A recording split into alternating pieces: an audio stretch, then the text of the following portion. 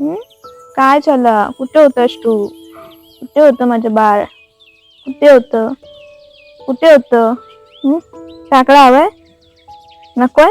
पोट भरलंय. कुठं जायचंय? ये. हा व्हिडिओ तुम्ही शेवटपर्यंत बघा. 100% तुम्हाला मी गॅरंटी देते की हा व्हिडिओ तुम्हाला खूप फायदेशीर ठरणार आहे. तुमच्या सोबत असं कधी झालंय? आपण युट्यूबला नेहमीच व्हिडिओ बघत असतो की याची लागवड करा, त्याची लागवड करा, असे उत्पन्न घ्या, कमी जागेत जास्त नफा मिळवा. पण जेव्हा आपल्यावर वेळ येते आणि नेमकं काय लावावं हेच सुचत नाही. कमी जागेत जास्त उत्पन्न घेण्याचा प्रयत्न करताय? जागा कमी आहे, पाणी कमी आहे व कमी जागेत नेमकं कोणतं उत्पन्न घ्यावं हे सुचत नाहीये. तर हा व्हिडिओ खास तुमच्यासाठी.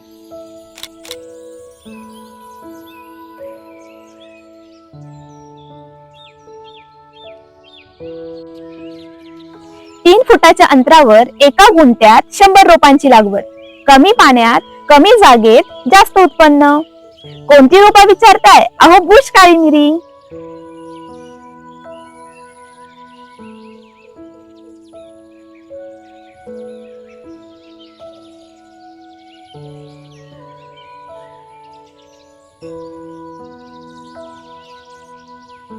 मस्ती करतो. कोकण पट्ट्याला मसाल्याच्या पदार्थांपैकी काळी मिरी ही उत्तमरित्या येते. पूर्वी काय करायचे, जी वेलवर्गीय काळी मिरी लावायची आणि ही काळी मिरी जी आहे ती सुपारीच्या, नारळाच्या किंवा आंब्याच्या झाडावर चढवून द्यायचे. पण ह्याचे जे उत्पन्न होते, हे वेलवर्गीय जी काळी मिरी आहे तिचं जे उत्पन्न होतं ते दर 1 वर्षाने यायचे आणि ह्याचं जे परागीकरण आहे ते दर 1 वर्षाने व्हायचं. आणि जेव्हा हे 1 वर्षाने धरायची तेव्हा ती खूप उंच उंच लागायची काळी मिरी. आणि मेन गोष्ट म्हणजे अशी की शेतीसाठी आता शेतीच्या कामांसाठी माणसं मिळणं फारच कठीण झालंय आणि माणसं न मिळाल्यामुळं एवढ्या वरची काळी मिरी काढणं फार कठीण होतं आणि मग ती तशीच झाडावर राहून जायची आणि आपल्याला लॉस व्हायचा. तर आज जी तुम्हाला मी माहिती सांगणार आहे ती आहे बुश काळी मिरी. ही झुडूपवर्गीय काळी मिरी आहे. याची जी लागवड आहे ती आपण गुंठ्याला टोटल 100 काळी मिऱ्या लावू शकतो. अगदी 3 फुटाच्या अंतरावर आपण लावू शकतो.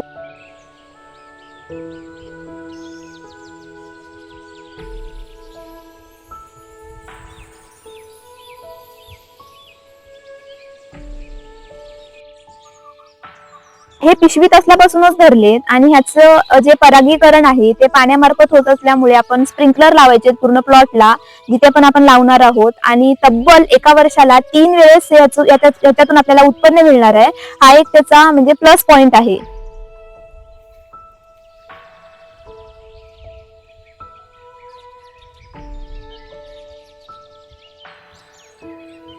आताच बघा पिशवीवर कसे लोंगर लागले, म्हणजे लावायच्याच आधी मस्त 3-4 लोंगर आले त्या पिशवीवर.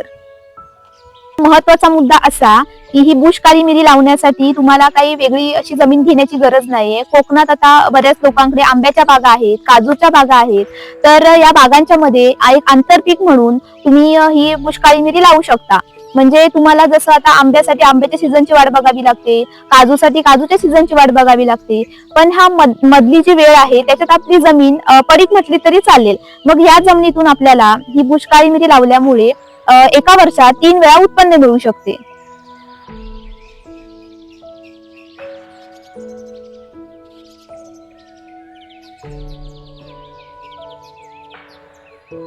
जी बुश काळी मिरी आहे तिची वर्षभर लागवड आपण करू शकतो. पण आता जो श्रावण महिना आहे त्याच्यात ऊन पाऊस असं खेळतं वातावरण असतं आणि हे जे वातावरण आहे ते बुश काळी मिरीसाठी खूप चांगलं असतं. जेव्हा एखाद्या झाडाची आपण लागवड करतो तेव्हा प्रत्येकालाच एक भीती असते की याला कीडमुंगी लागेल का किंवा कुठल्या जनावरांपासून, प्राण्यांपासून याचं नुकसान होईल का. तर या काळी मिरीबाबत तसं काहीच नाहीये. ही तिखट असल्यामुळे याला कीडमुंगी लागत नाहीये. गुरं म्हणा, माकडं म्हणा, यांच्यापासून नुकसानही नाहीये बुश काळी मिरीला. आपल्या कोणाला बुश काळी मिरीची जर लागवड करायची असेल तर बुश काळी मिरीची रोपं आपल्याकडे उपलब्ध आहेत आणि संपूर्ण जर लागवड करून द्यायची असेल तर ते पण आपण करून देतो.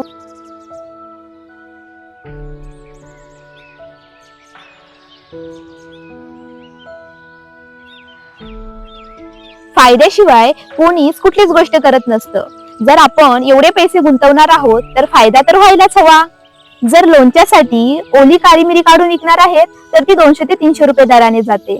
जर पूर्ण पिकवून तिला सुकवून अशी काळी मिरी विकणार असाल तर ती 700 ते 800 रुपये दराने जाते.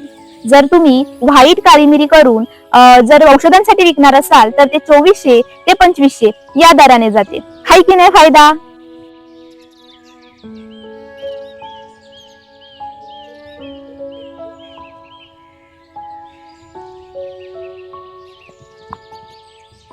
मग काय विचार केलात? या वर्षी करताय ना लागवड?